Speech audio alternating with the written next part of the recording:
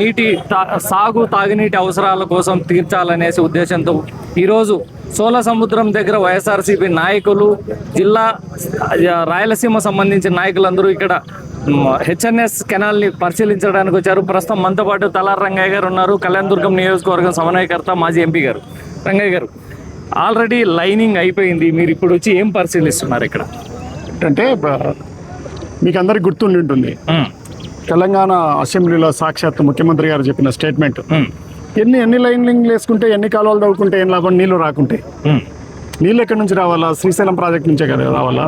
వాళ్ళు ఆల్రెడీ 800 అడుగుల్లో వాళ్ళు తవ్వుకొని రోజుకి 8 టీఎంసీల నీళ్ళను వాళ్ళు తీసుకెళ్ళిపోతున్నారు. ఓకే, ఇప్పుడున్న పద్ధతిలో మన కనీసం రోజుకు 3 టీఎంసీలు కూడా ఉన్నప్పుడు, ఇప్పుడు ఎటు నీళ్లు లేవు, ఉన్నప్పుడే రావడానికి కూడా ఆయన ముఖ్యమంత్రి గారు ఏం చెప్పారు, నేను చంద్రబాబు నాయుడు గారితో మాట్లాడాను, అది చాలా ప్రైవేట్గా మాట్లాడాను, నేను ఆఫ్ చేసినాను రాయలసీమ లిఫ్ట్ ఇరిగేషన్ దాన్ని, కావాలంటే మీరు పోయి చెక్ చేసుకోండి ఆఫ్ చేసినానో లేదో అని చెప్పాడు.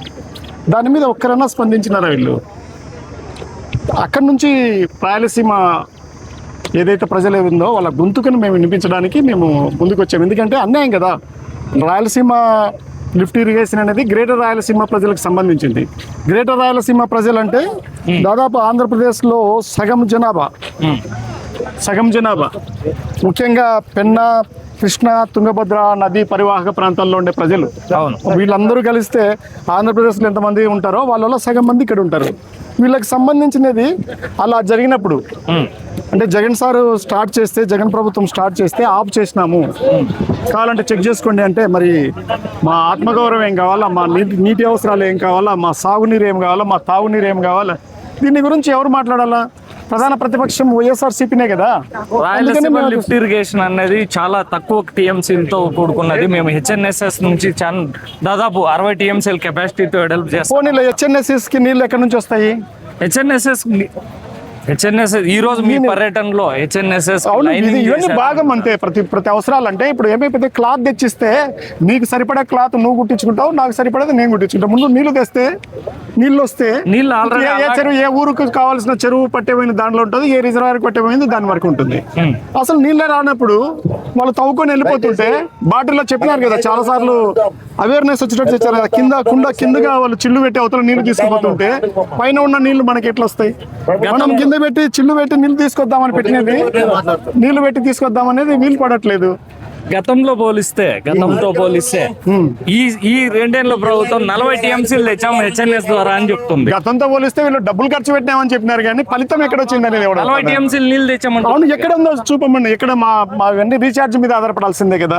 అనంతపురం గురించి మీకు కూడా తెలిసిందే కదా, ఇక్కడ ఏమి పెద్ద రిజర్వాయర్లు ఉండి, కాలువల్లో నీళ్లు పోయి, చెరువుల్లో ఉండి భూగర్భ జలాలు పెరిగితేనే కదా ఇక్కడ పంటలు. సార్, నాది ఒక పాయింట్, ఇప్పుడు హెచ్ఎన్ఎస్ మొత్తం లైనింగ్ పనులు అయిపోయిన తర్వాత మీరు ఏం చేయబోతున్నారు? అంత ముందు వాళ్ళు స్టార్ట్ చేసినప్పుడు ఎందుకు మీరు నిరసన చేయలేదు?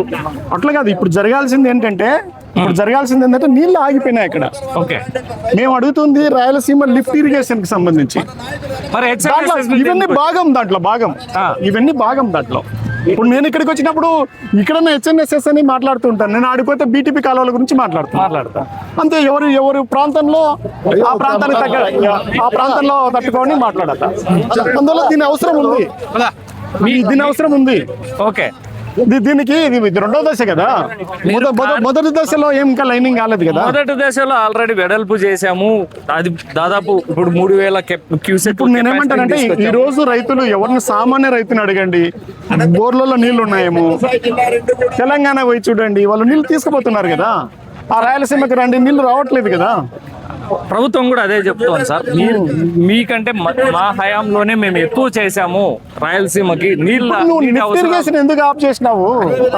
లిఫ్ట్ ఇరిగేషన్ ఎందుకు ఆఫ్ చేసినావు? తెలంగాణ ముఖ్యమంత్రి చెప్పింది తప్ప, అది చెప్పు. అది మీ హయాంలో కేవలం అనుమతులు మాత్రమే తెచ్చారు, పనులు ఎందుకు? ఇప్పుడు ఆఫ్ చేసింది చెప్పింది ఎవరు? మా హయాంలో రేవంత్ రెడ్డి ఉండినాడు. ఎన్ని సంవత్సరాలు ఉండినాడు మా హయాంలో రేవంత్ రెడ్డి? నాతో పాటు ఎంపీగా కూర్చొని ఉన్నాడు. నేను రేవంత్ రెడ్డి గారు ఎంపీలం. ఉన్నాము, ఎంపీలకు కూర్చొని ఉన్నాం పార్లమెంట్ లో. ఆయన ముఖ్యమంత్రి కాదు ఆ టైంలో, ముఖ్యమంత్రి వచ్చినాక చెప్పినాడు అన్నమాట. సార్ ఇది గత 6 నెలల క్రితం చెప్పిన మాట. ఈ రోజు మీరు రాయలసీమలో ఇరిగేషన్ గురించి ఇప్పుడు ఎందుకు ఉద్యమం స్టార్ట్ చేశారు? 6 నెలలు ఆయన చెప్పి నీళ్ళు ఆఫ్ చేస్తున్నానని చెప్పినాడు కాబట్టి మేము చేస్తున్నాము. ఆయన చెప్పింది రాయలసీమ లిఫ్ట్ ఇరిగేషన్ ఆపేస్తామంటున్నారు. హెచ్ఎన్ఎస్ఎస్ రాయలసీమ లిఫ్ట్ ఇరిగేషన్ గురించే నేను మాట్లాడుతుంది. హెచ్ఎన్ఎస్ఎస్ గురించి లేదు, అన్ని ఉన్నాయి, భాగమే కదా రాయలసీమలో, మేము భాగం కదా, అంతర్భాగం కదా. మీకు ఏ నీళ్లు రావాలన్నా అక్కడ నుంచి రావాల్సిందే కదా, వేరే ఆధారం ఏముంది? మాకేమైనా తుంగభద్రకి ఇట్లా తవ్వి తీసుకొస్తారా? హోస్పేట నుంచి ఇట్లా తవ్వి తీసుకొస్తారా? తీసుకొస్తే ఇట్లా మదనపల్లి మీద అట్లా తీసుకొస్తారంటే ఓకే. మెయిన్ డిమాండ్ ఏంది? మా డిమాండ్ ఏంటి? రాయలసీమ లిఫ్ట్ ఇరిగేషన్ ఏదైతే ఉందో, తెలంగాణ వాళ్ళు ఎంత నీళ్లు తీసుకెళ్తున్నారో సమానమైన జనాభా ఆంధ్రప్రదేశ్ లో ఉంది, మాకు సమానాన్ని వాటర్ రావాలా, కోట రావాలనేది మా డిమాండ్. నికర జలాలు లేవు కదా, నికర జలాలు వచ్చిన రోజైనా రావాలి కదా. మొన్న గుడ్లపల్లి నుంచి రిజర్వాయర్ లేక్ మీరు చూశారు, కళ్యాణదుర్గం పక్కన ఉరవకొండ రాయదుర్గం మధ్యలో పారుతున్న వేదవతి ఏదేందో, వేదవతిలో గుండ్లపల్లి దగ్గర రోడ్డు తెగిపోయింది. ఎన్ని నెలలు నీళ్లు పోయినాయి? ఇక్కడ ఉంటేనే కదా, రిజర్వాయర్ ఉండింటే కాలువలకు నీళ్లు తవ్వుకొని ఉంటే ఇబ్బంది లేదు కదా. అది విషయం. మెయిన్ మీరు జనాలకి ఏం చెప్పాలి? మేము చెప్పదలుచుకుంది ఏంటంటే రాయలసీమ గ్రేటర్ రాయలసీమ ప్రజలారా, ఆంధ్రప్రదేశ్ లో సగ భాగం ఉన్న ప్రాంతం ఉన్న ప్రజలారా, కృష్ణా, తుంగభద్ర, పెండా పరివాహక ప్రాంతాల్లో బీడు వారిపోతాయి. మనకు రాయలసీమ లిఫ్ట్ ఇరిగేషన్ అనేది చాలా ముఖ్యమైనది. పోలవరాన్ని కూడా మించిన దానికంటే కూడా ముఖ్యమైనది మనకిది. అందువల్ల మీరు ఉద్యమించండి, మీ తరపున మేము ఉన్నాం. ఎందుకంటే మనం అంతా సైలెంట్గా ఉంటే భవిష్యత్తులో నీళ్లు ఉండవు. తెలంగాణ వాళ్ళ నీళ్ళు ఎత్తుకపోతే మనకు నీళ్ళకి ఇబ్బంది అవుతుంది. అంతేకాకుండా కర్ణాటకలో ఆల్రెడీ అప్పర్ తుంగభద్ర మీద, అప్పర్ కృష్ణ మీద ప్రాజెక్టులు కడుతున్నారు. అందువల్ల మనం మన హక్కుల కోసం పోరాడాలని మేము చెప్తున్నాం. Thank you sir. ఈ పనులు ప్రజల కోసమా, గుత్తేదారుల కోసమా? అందుకే రైతులు పంట పొలాలకు నీళ్ళు ఇస్తారా? ఈ ప్రాంతంలో జరిగిన పనుల గురించి ప్రజలకున్న అవగాహన, పత్రికలకి ప్రధాన ప్రతిపక్షంగా మాకున్న అవగాహన ఏంటంటే, ఎక్కడైతే డబ్బులు ఒక వనరుగా చూస్తున్నారు, ప్రజలకు ఉపయోగపడేది కాకుండా ఎక్కడైతే ఎక్కువ డబ్బులు లాక్కోగలమో కాంట్రాక్ట్, అక్కడ పనులు చేస్తున్నారనేది మా ప్రధానమైన ఆరోపణ. అది నిజము, కనిపిస్తున్నాయి కూడా. ఎందుకంటే కుప్పం చూశాము, మాకు 20 కిలోమీటర్ల దూరం ఉంటే మాకు నీళ్ళు ఇవ్వలేదు.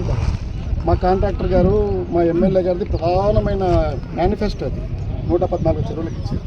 ఆయన రాజకీయంగా ఉండంటే ఇక్కడ గొర్రెలు ఉన్నారులే అనుకొని అక్కడికి తీసుకుపోయి ఇచ్చేస్తున్నాడు. ఇచ్చినందుకు కూడా కాదు, దాన్ని మళ్ళీ విపరీతమైన ప్రచారం చేశారు. 300 కుప్పంకి ఇచ్చినాము, ఇట్లా చేసినాము, అట్లా చేసినామని. మాకు ఇవ్వకుండా పోయినారు. మేము ఎట్లా చేయాలా? ఇక్కడే కదా. రేపైతే మా ఎమ్మెల్యేని కుప్పం పోయే ఓట్లు అడగమను. ఎందుకు? మా కాంట్రాక్టర్ అవును, దాంట్లో కూడా భాగమే. కానీ విషయం ఏంటంటే, దగ్గరగా ఉన్నాము అంటే ఎక్కడైతే డబ్బులు ఎక్కువ అవకాశాలు ఉన్నాయో తీసుకోవడానికి. ఇప్పుడు మళ్ళీ మడకసీర పెట్టారు. మొన్న కదిరి పోయి చూసి వచ్చాము. కదిరిలో క్లియర్గా తెలిసింది కదా. కదిరిలో ఏం తెలిసిందంటే, అది 197-99 కోట్లు ఉంటే అది 302 కోట్లు, అంటే 102 కోట్ల రూపాయలు ఎక్స్ట్రా డ్రా చేశారు. అక్కడ పనులన్నీ నాశరకం జరిగినాయి. ఎక్కడైతే పనులు నాశరకంగా చేసి డబ్బులు తీసుకోవడానికి వీలుందో అక్కడక్కడ ఆ పనులు చేస్తున్నారని ప్రజలు అనుకుంటున్నారు. ప్రధాన ప్రతిపక్షంగా మా ఆరోపణ, పత్రికలు కూడా అవే అనుకుంటున్నారు. మేము చాలా నష్టపోయినాము, కాంట్రాక్టర్లు చాలా లాభపడ్డారు, అధికార పార్టీ చాలా లాభపడ్డారు. రైతుల కోసం దీనివల్ల రైతులు లాభపడ్డారు. ఈ లైనింగ్ వల్ల నేను పదే చెప్తున్నాను. మిగతా ప్రాంతాల్లో, ఇప్పుడు నేను పుట్టి పెరిగిన ప్రాంతాల్లో, నేను ఉద్యోగం చేసిన ప్రాంతాల్లో కూడా కాలుతో తన్నితే నీళ్లు పడతాయి, బంకమట్టితో ఉంటాయి, పోతుంటాయి అట్లా నీళ్లు. ఈ ప్రాంతంలో నీళ్లు నిలబడాలా, భూగర్భ జలాలు పెరగాల, బోర్ల ద్వారా నీళ్లు తీసుకోవాలి. వ్యవసాయము 90% కాదు, 80-90% దగ్గరగా ఏదో కనేకల కింద ఉన్న కొద్ది ప్రాంతం తప్ప మిగతా ఉమ్మడి జిల్లాల పరిస్థితి ఏంటంటే బోర్ల ద్వారా ఆధారపడిన వ్యవసాయం. బోర్ల ద్వారా సేమ్ పాయింట్ అడుగుతున్నాను. హెచ్ఎన్ఎస్ఎస్ మొత్తం లైనింగ్ అయిపోయినాక మాకు అన్ని కలిసి వచ్చినాయి. ఎందుకంటే వాళ్ళకి టైం కూడా ఇవ్వాలి కదా. ఇప్పుడు నేను ఎందుకు ఫినిష్ అయింది కదా సార్ విషయం. ఎప్పుడైనా ఇంకొకటి తగ్గుతారు ఏం కన్నా కానీ మా ప్రాంతానికి ఉందని ఇప్పుడు తగ్గుతావు కరెక్టే. నేను మొదటి నుంచి చెప్తున్నది అదే. రాయలసీమ లిఫ్ట్ ఇరిగేషన్కి నీళ్ళే రానియకినప్పుడు ఇవన్నీ కూడా ఏం ఉపయోగం ఉంటుంది? అది ప్రధానమైంది కదా, దాని కింద ఉన్నట్టు ఇవన్నీ. సార్ రాయలసీమ లిఫ్ట్ ఇరిగేషన్ అనేది మీ ప్రభుత్వం వచ్చినాక మీరు స్టార్ట్ చేశారు. అంతకుముందే ఇది ఎప్పటి నుంచి HNSS కు కొన్ని కేటాయింపు మేము వచ్చిన తర్వాత నీళ్ళు తీసుకొచ్చే కదా ఇవన్నీ చేయాలా, దాన్ని వాళ్ళు ఆఫ్ చేసినారు కదా. లిఫ్ట్ ఇరిగేషన్ మీద రేవంత్ రెడ్డి గారు ఆఫ్ చేసినారు అని చెప్పినారా లేదా, మీరు విన్నారా లేదా? రేవంత్ రెడ్డి గారు చెప్పింది వాస్తవం.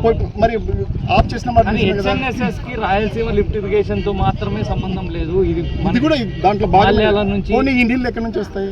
సేమ్ సార్, మాల్యాల నుంచి కానీ లేకపోతే ఇంకా మేము అదే కదా చెప్తున్నాం. అక్కడ నీళ్ళు తీసుకోవడానికే వీళ్ళైనప్పుడు ఈ నీళ్ళు ఎట్లా వస్తాయి?